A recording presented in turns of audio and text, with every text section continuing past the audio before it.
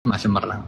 Ini saya akhirnya buka-bukaan nih. Jadi gini, ada seseorang, ya, ada seseorang, ya, saya juga nggak bisa nyebut namanya. Beliau di satu daerah tersebut itu mengumpulkan uang, mohon maaf. Donasi seperti itu. Ya bentuknya apapun itulah, mau donasi apa itu sumpulkan. Mengatasnamakan Korwil Sobat Ngarit di daerah tersebut.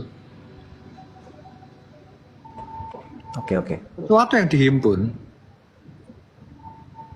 ini nggak nyampe loh mas ke Mas Ionnya mas. Artinya apa?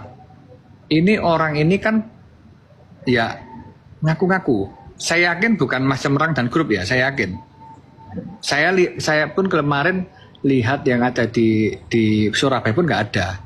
Saya sampai tanya sama Yun, yang mana sih orangnya Yun? Nggak ada Pak, ini juga tak liatin. Aku juga pengen untuk ngajak ngomong loh. Ini udah menghimpun dana, ini udah menghimpun sesuatu.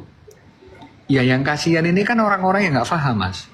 Yang mungkin Mas Yun, duitnya dihimpun, sesuatunya diambil, orangnya ternyata mohon maaf nggak ada lah, Fiktif.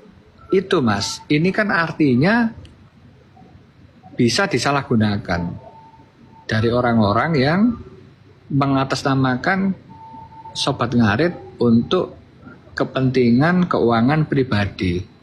Ya kalau kemudian dihimpun, kemudian dibuat sembako, disebar-sebarkan ke daerahnya, oke. Ini diambil pribadi nih. Oh. Nah, ini solusinya gimana menurut Mas Cemerlang? Yang pasti sebenarnya itu kami sudah mendengar itu, bahkan itu sudah jadi bahasan hangat kami waktu itu. Ya. Dan kami juga beberapa kali komal dengan beberapa orang yang terlibat di dalamnya waktu itu. Iya. Sebenarnya ini sudah kami bahas beberapa kali gitu. Yang pasti memang ini suatu hal yang riskan ya, dan kita cukup miris dengan kejadian itu.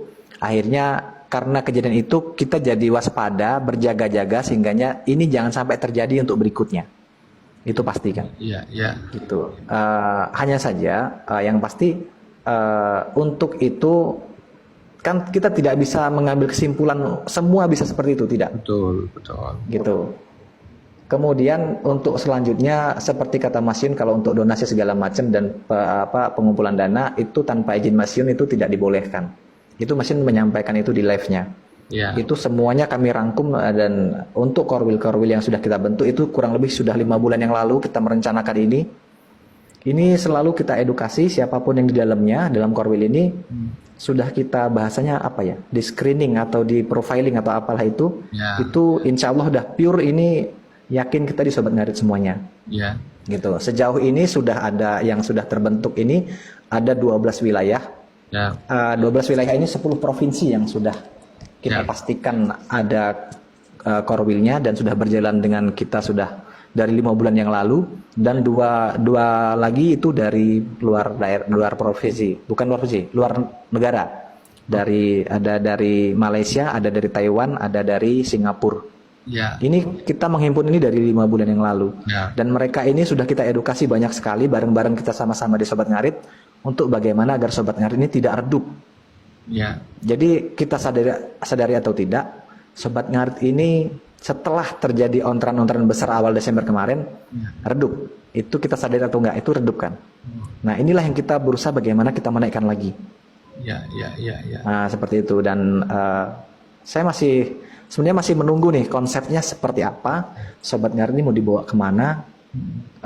Walaupun sebenarnya kita sudah ngobrol ini, rapat beberapa kali termasuk dengan Pak Edi Jaya Motor, tapi di jalur hijau di WA. Ya. Dan ini pun sebenarnya tadi kami sore tadi jam 8 tadi kita ada rapat dengan teman-teman dari provinsi menyampaikan ini lagi. Kita bahas seperti apa. Kata saya akan berusaha untuk ngobrol dengan Pak Pitomli, entah bagaimana caranya, siapa tahu dia live. Nanti saya akan ngobrol dengan beliau untuk menyampaikan apa yang perlu kita sampaikan. Jika ternyata ini tidak perlu saya sampaikan di live, nanti mungkin kita bisa ngobrol di belakang di jalur WA, Papi. Oh, nggak apa-apa. Tentang apa yang akan disampaikan teman-teman gitu.